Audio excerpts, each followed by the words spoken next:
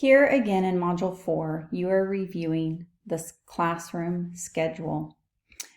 At the beginning of the semester, you were asked what you hoped to learn this semester. 2 questions posed were regarding the balance in the classroom schedule to make the most use of time, as well as classroom routines to improve on motor skills, fine and gross. In Module 2, you had to analyze the schedule. The assignment focused on teacher versus child-directed and negotiated activities. Those principles being addressed were to arrange your space in routines to promote community, give children ownership of routines and schedules, and help children see themselves as learners. These principles and the evaluation of a schedule really promote understanding that children learn best through playful learning and interacting with each other and the teacher. Yes, there are some things we need to do as a whole group and that the teacher can instruct all the children on. But the majority of the day should not be spent in controlled activities. Instead, we must have classrooms that allow for exploration, that allow for play, that allow for interactions. In Module 4, we look at movement. And do we allow for movement in learning? We know that preschoolers, children 3 to 5 years old, must move. As we learn in our chapter reading here on page 102 and 3, children have vestibular needs. They have proprioceptive needs. Proprioceptive refers to sensory input, visual, auditory, tactile, gustatory, olfactory, your body position. Vestibular refers to balance, movement, control. You will analyze the schedule based on gross motor opportunities, those chosen by the teacher, those chosen by the teacher and the children, those that are unstructured, the children choose and they participate and they make up the rules for, and the times that the child is required to sit and restrain their movements. I think, unfortunately, a lot of times we would find this last category to be way more than it should be. And that category and all these categories are directly tied back to the Module 2 analysis of the schedule.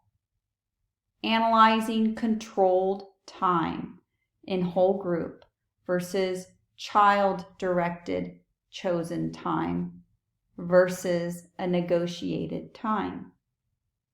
Balance and movement addresses specifically these 3 principles, recognizing that children need to seek and will seek proprioceptic and vestibular movement. This affects their learning, their daily experiences. Our schedules have to allow for us to observe children in active play. Are you on the playground with the children? Are you observing them? Are you observing them in the classroom? Are there times where you are not the center of the stage, where you can step back and observe? And encourage children to move their bodies before and during focused activities. Do we allow for children to stand and work, or do we require them to sit still in chairs? We have to recognize the science, the developmental understanding of our children. We know that restricting children in preschool causes problems later on. They will not develop the self-regulation, the attention skills, the self-control the collaboration that they must have. Sitting and listening is not how young children learn. Yes, children will learn from reading books, and there is some appropriate circle times. But children learn by doing and practicing with repetition. They learn by exploring and investigating.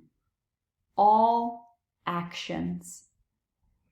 Society has heightened attention to safety and risk avoidance that impacts problem-solving experiences, common sense development, and big body play. These are popular misconceptions. And the question becomes, are we giving in to these misconceptions, or are we trying to re-educate people? We also know that although technology can be incredibly helpful, it also is having a huge negative impact on big body play for young children. So balancing schedules is a tricky question and concept. It does not just have a simple equation or formula to follow. Instead, we have to remember some guiding principles: engaging children in routines, allowing for child-centered exploration and play to promote learning, self-regulation, collaboration, and problem-solving, all of which are part of a critical, sensitive period where children are best equipped to master and develop that skill in preschool more than in any time of their life. Balancing schedules means we're going to address developmentally appropriate expectations with the classroom schedule. That our schedules will be based on what we know about how young children learn and what they need to maximize their development and growth. And lastly, we must allow for the development of the whole child, recognizing that interdependence of development. So go back to this gross motor development and how it impacts our cognitive development, how it impacts our social emotional, our approaches to learning, and etc. and so forth. We have to recognize the long-term effects that are both negative and positive due to inappropriate versus appropriate expectations and practices.